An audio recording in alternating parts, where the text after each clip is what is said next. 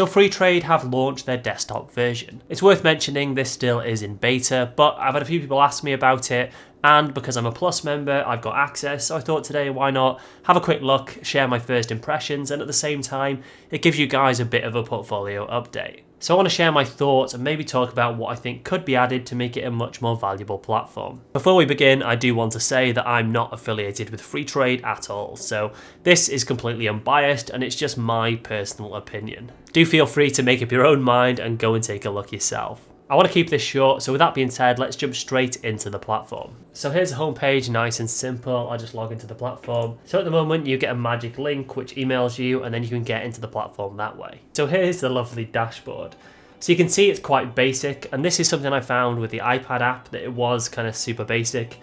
It's strange because actually for a beginner user, it's a good thing to be super basic and easy to use, but someone who's a bit more advanced, you kind of want more out of the platform. So it's super simple. You can see down the left hand side, you've got my different accounts. I haven't got a SIP, so it's asking me to open one, but I've got my GIA and my ISA.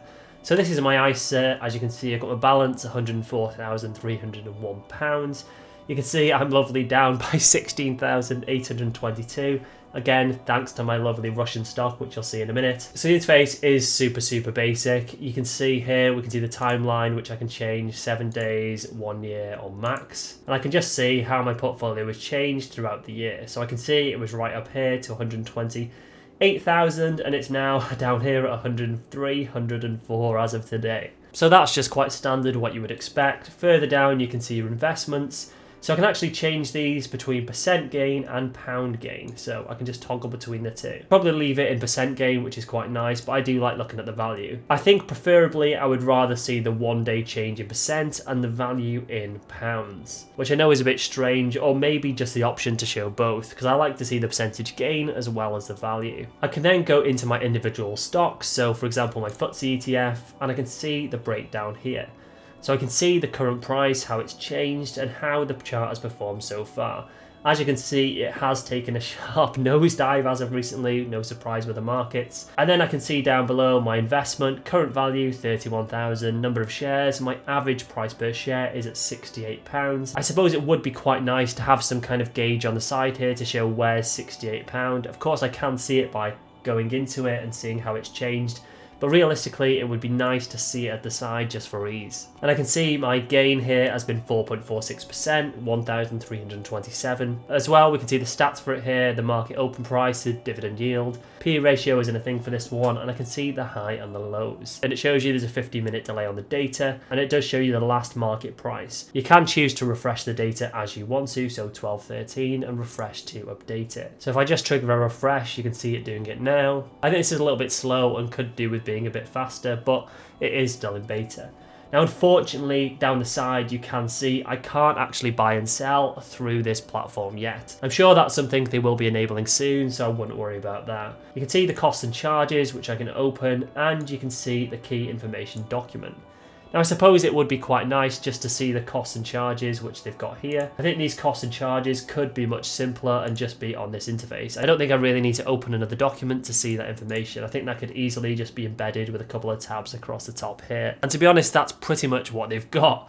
Now, I think on this screen, and I think the desktop app could be an opportunity to provide more value to existing users. Now, obviously, they want to keep it quite basic, but as someone who wants more out of it, and especially I don't know what their plan is with this, whether it's going to be free for everybody or just for Plus users. I'm expecting it's going to be an upsell for Plus users to get more people to subscribe. But I think what they could do with this is take it as an opportunity to build out the platform more. I think basic is great to get people investing, but then once they start learning about it, they want to know more. Not that I feel like you really have to use more, and I don't think platforms are the specific tool you should be using, but especially the way people like Lightyear are going, where they're building all these analytics tools into it, they kind of need to compete. And what I think they could do here, quite simply, is include things like news about your platforms. So when I go into my Taylor Wimpey, I could see the latest news about Taylor Wimpey. When I go into the homepage, I could see a collection of different news for all of my holdings. And that would be quite handy, and it would encourage me to keep logging back in to see how I'm doing and keep up to date with the latest news. I also think, which would be really nice, is to show details here about your dividends. So I could see my dividends from individual companies here, And I think a really good opportunity for them on the desktop would be a dividends section. So at the moment, all you really get is an email when you get dividends. So you get an email to show you've got new dividends, but how about here having a dividend breakdown?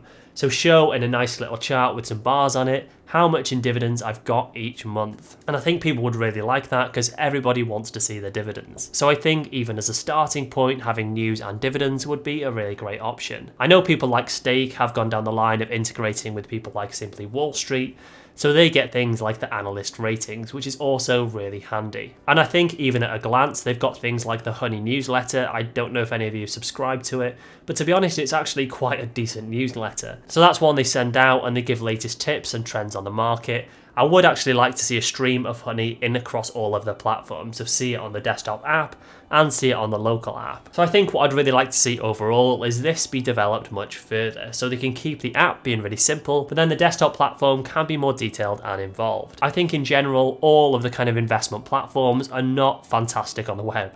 There's always they can be improved, but this is a decent little starting point, but I think they've got a long way to go. It'll be great for simple people or people who just want to quickly check their balance, but anyone who wants to do something a bit more detailed might find themselves hopping to another platform. I think we have to remember that Freetrade do fill this gap and they're aiming at beginner investors. They're not aiming at advanced traders or people who get really into it.